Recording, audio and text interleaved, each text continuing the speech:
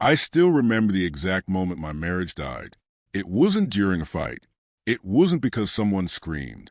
It happened quietly, on a normal Friday evening, all because of one message. One message I was never supposed to see. Pause. I used to trust my wife with everything. My heart, my future, my entire life. But after what I saw that night, I realized I had been living with someone I didn't truly know at all. And the worst part? She looked me in the eyes every single day, while hiding the truth from me. My name is Daniel. I had been married to my wife, Clara, for 5 years. To everyone around us, we looked perfect. We had a small apartment downtown. We shared bills. We cooked together. We laughed together. People always said, "You two are made for each other." And honestly, I believed them. I believed Clara loved me the same way I loved her. But when I think back now, the signs were always there. I just ignored them. At first, the changes were small. She started sleeping with her phone beside her pillow. Then she changed her password. Then she started smiling at random messages before quickly locking the screen. Whenever I asked who she was texting, she would laugh and say, "Relax, Daniel. It's just work." And because I trusted her, I let it go, over and over again. That Friday, I got home earlier than usual. The apartment was quiet, too quiet. I dropped my keys on the kitchen counter and called out, "Clara." No answer. Then I noticed a phone sitting near the sink. A second later, the screen lit up. I didn't mean to look. I swear I didn't. But my eyes caught the message before I could turn away, and my whole body froze. Pause. The message said, "Last night was perfect. I already miss you." I felt my stomach drop instantly. At first, I tried to convince myself there was another explanation. Maybe it was a friend joking around. Maybe I misunderstood. Then another message appeared. "This is to stay between us. He still suspects nothing." Pause. He. That was me. My hands started shaking. Suddenly, the apartment didn't feel like home anymore. It felt cold, strange, like I was standing inside someone else's life. A few minutes later, I heard the front door open. Clara walked in carrying shopping bags and smiling. "Hey, babe," she said happily. "You're home early." I looked at her face carefully. The same face I kiss every morning. The same eyes I trusted. But now, all I could think about was that message. Somehow, she acted completely normal. Like nothing had happened. Like she wasn't destroying me behind my back. "You okay?" she asked. And for a second, I almost confronted her right there. But I stopped myself. Instead, I forced a smile and said, "Yeah, just tired." That night at dinner, she laughed at my jokes. She touched my hand. She asked me about work. And every second hurt more than the last. Because now I knew something terrifying. The woman sitting across from me was hiding an entire secret life.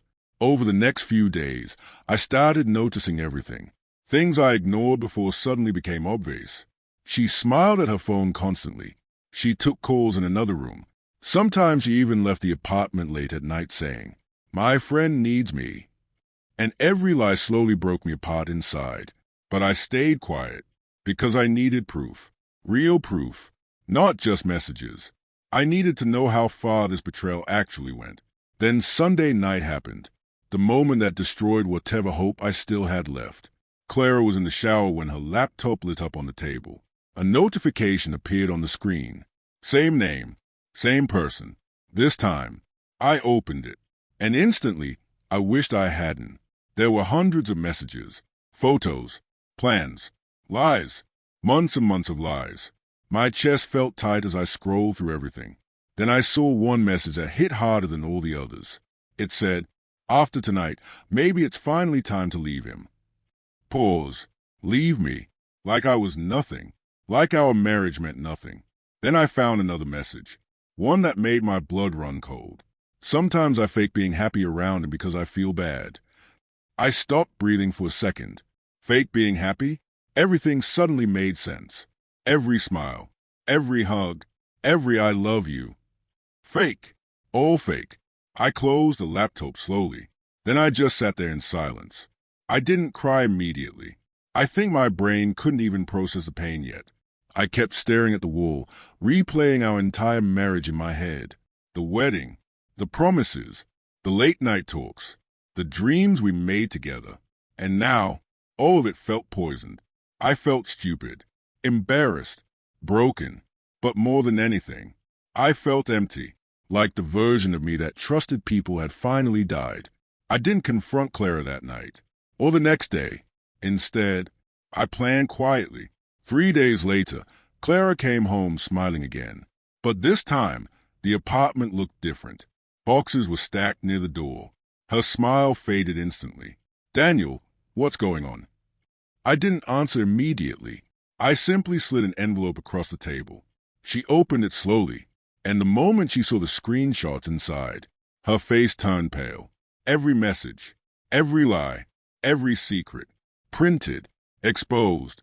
"Daniel, I can explain." "No," I said calmly. For the first time in days, my voice felt steady. "I already know everything." She started crying immediately, begging, panicking, but I wasn't angry anymore. That was the scary part. I was just done. Then I said the one thing that finally broke her completely.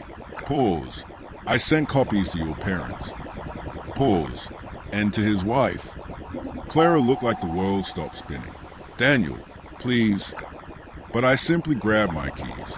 "You spent months making me feel like a fool," I told her quietly. "Meanwhile, you were the one living a lie." Then I walked to the door, and before leaving, I turned back one last time. The woman I once loved was standing there crying in the middle of the apartment we built together. But strangely, I felt nothing anymore, because sometimes betrayal doesn't just break your heart. Sometimes it kills the part of you that still believes in people. And that night, I walked away from my marriage forever. But what Clara did after I left was something I never expected.